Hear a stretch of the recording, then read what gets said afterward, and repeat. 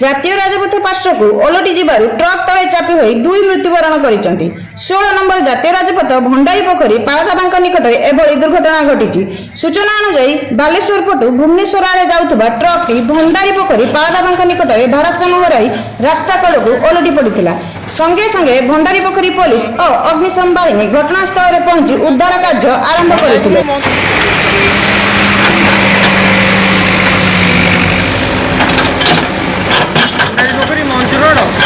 बारीपुर गाड़ी ना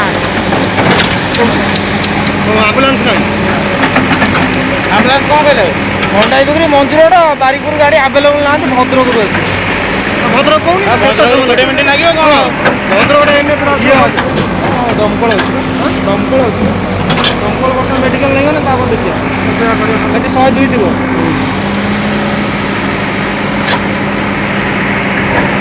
ଏହି ଉଦ୍ଧାର କାର୍ଯ୍ୟରେ 4ଟି ଜେସିବି କୁ ମଧ୍ୟ ଲଗା ଯାଇଥିଲା। ଘଟଣାସ୍ଥଳରେ ଜଣକୁ ମୃତ ଅବସ୍ଥାରେ ଉଦ୍ଧାର କରାଯାଇଥିବା ବେଳେ ଅନ୍ୟ ଜଣକୁ ଗୁରୁତର ଅବସ୍ଥାରେ ମେଡିକାଲରେ ଭର୍ତ୍ତି କରାଯାଇଥିଲା। ମେଡିକାଲରେ ଜଣଙ୍କର ମୃତ୍ୟୁ ହୋଇଥିଲା। ମୃତ ବ୍ୟକ୍ତିମାନେ ଟ୍ରକ୍ର ଡ୍ରାଇଭର ଓ ହେଲ୍ପର ହୋଇଥିବା ସୂଚନା ମିଳିଛି। ଦୁର୍ଘଟଣାଗ୍ରସ୍ତ ଗାଡ଼ିକୁ ବାହାର କରିବା ପାଇଁ ପୋଲିସ ଉଦ୍ୟମ ଚଳାଇଛି। ଭଦ୍ରକରୁ ଆଶିଷ ରଞ୍ଜନ ପତିଙ୍କ ରିପୋର୍ଟ, ସବୁ ବର୍ଗ ଖବର।